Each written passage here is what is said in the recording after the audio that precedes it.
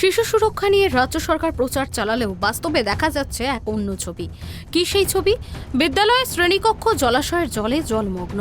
শ্রেণীকক্ষে মাছ ধরতে ব্যস্ত পড়ুয়ারা। শুধু তাই নয়, অস্বাস্থ্য পরিবেশে চলছে মিড ডে মিলের রান্না। এই ছবি উঠে এসেছে নদিয়া জেলার চৌগাছা গাজনতলা প্রাথমিক বিদ্যালয় থেকে।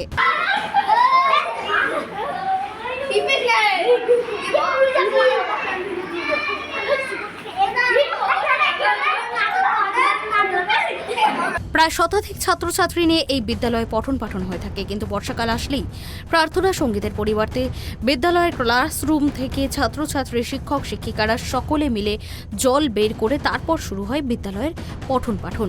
এবছরেও তার ব্যতিক্রম থাকলো না। জলাশয়ের জলে জলমগ্ন এখন ওই বিদ্যালয়। একদিকে যেমন শ্রেণীকক্ষের ভেতরে মাছ ধরতে ব্যস্ত পড়ুয়ারা, তেমনই জলের মধ্যে দাঁড়িয়ে ক্লাস করার জন্য অনেক পড়ুয়া হচ্ছে অসুস্থ। আমরা স্কুলে এসে দেখলাম এক হেঁটো জলে আমরা ক্লাস করছিলাম, তখন একটা মাছ আমাদের পায়ের ঘুরে এসে আমরা সব মাছ ধরা চালু করলাম। তারপর আমরা সবাই পা পিছলে জলের ভেতরে পড়ে আমার গেঞ্জি সব ভিজে গিয়েছে। তারপরে আমি বাড়ি গেলাম, বাড়ি গিয়ে চেঞ্জ করে এসে তারপরে স্কুলে আসলাম চেঞ্জ করে।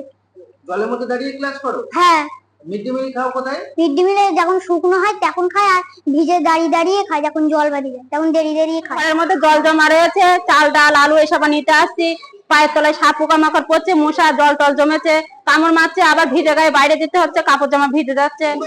পুরো স্কুল সব পুরো ঘরটাই সবই জল। বাচ্চারা বসতে পারছে না, দাঁড়িয়ে দাঁড়িয়ে পড়াশোনা হয় ঠিক মতন। মারা বারে বারে দেখতে আসছে যে বাচ্চাদের কিছু হচ্ছে কিনা। কিছু কিছু বাচ্চারা ফিরে যাচ্ছে। এরকম করলে স্কুল হয় বাচ্চাদের? আমরা ঠিক মতো রান্না করতে পারছি না, কোন রকম রান্না করে বাচ্চাদের দাঁড়িয়ে দাঁড়িয়ে খেতে দিচ্ছি। এইভাবে স্কুল করা যাচ্ছে না।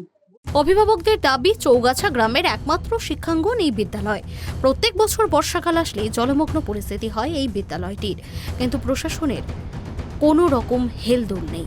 বিদ্যালয়ের প্রধান শিক্ষক শুভেন্দু মণ্ডলেরও দাবি, এসআই, বিডিও সহ ঊর্ধ্বতম কর্তৃপক্ষকে বিদ্যালয়ের সমস্যার কথা জানানো হয়েছে, কিন্তু কোনো কাজ হয়নি, যার কারণে জল যন্ত্রণা নিয়ে চলে বিদ্যালয়ের পঠন পাঠন।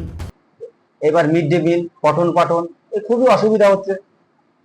এমতো অবস্থায় আমাদের এই জলের মধ্যে দিয়ে সবসময় ঘোরাঘুরি করতে হচ্ছে। বাচ্চারা স্কুলে আসছে, আস্তে আস্তে ভিজে যাচ্ছে, কখনো আবার পড়েও যাচ্ছে।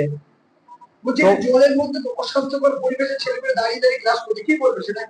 এবার কি করব দেখেন, ওদের তো এখানে আমাদের এসটি সম্প্রদায়ের সব এরা আছে, যার জন্য প্রশাসনের হয়তো হেলদোল কম আছে এখানে।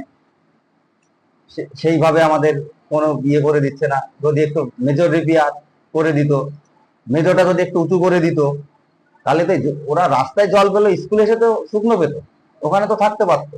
আচ্ছা বলি, ক্লাসের মধ্যে এই জল অবস্থায় ডেঙ্গুর উপদ্রব হতে পারে? হ্যাঁ, ডেঙ্গু তো হবে। ডেঙ্গুর সচেতনতা আমাদের করছে, করার পর আমাদের স্কুলে হয়ে যাবে ডেঙ্গু। কি করবো আমরা? আমাদের তো কিছু করার নেই। বিদ্যালয়ের অস্বাস্থ্যকর পরিবেশ এবং জলমগ্ন পরিস্থিতির কথা স্বীকার করে নিয়েছেন কৃষ্ণগঞ্জের ব্লক বিডিও সৌগত সাহা। দ্রুত ঊর্ধ্বতন কর্তৃপক্ষের বিষয়টি জানিয়ে নিকাশি ব্যবস্থার কাজ করা হবে বলে আশ্বাস দিয়েছেন তিনি। দেখেছি স্কুলটা অ্যাকচুয়ালি লো লেভেলে আছে, যার জন্য বৃষ্টির জল ঢুকছে, অনেকটাই লো লেভেলে আছে। তো ওইখানে ড্রেনেজেরও সেইভাবে জায়গা নেই যে কোথাও জলটা যাবে। এবার আমরা এই অত্যাধিক বৃষ্টির জন্য এই সমস্যাটা ওখানে সৃষ্টি হয়েছে। আমরা দেখছি যে বৃষ্টিটা কমলে ওখানে যদি এই এক্সেস জলটাকে বের করার কোনো একটা জায়গা থাকে। অবিলম্বে এই বিদ্যালয়ের ভগ্নদশা পরিস্থিতি নিয়ে দ্রুত ব্যবস্থা নিয়ে প্রশাসন, এমনটাই দাবি জানিয়েছেন অভিভাবকরা। পাশাপাশি শিশুদের নিয়েও বাড়ছে উদ্বেগ। এখন কবে প্রশাসন কোনো ব্যবস্থা গ্রহণ করে সেটাই দেখার। নদিয়া থেকে রূপম রায়ের রিপোর্ট, ট্রাইব টিভি বাংলা।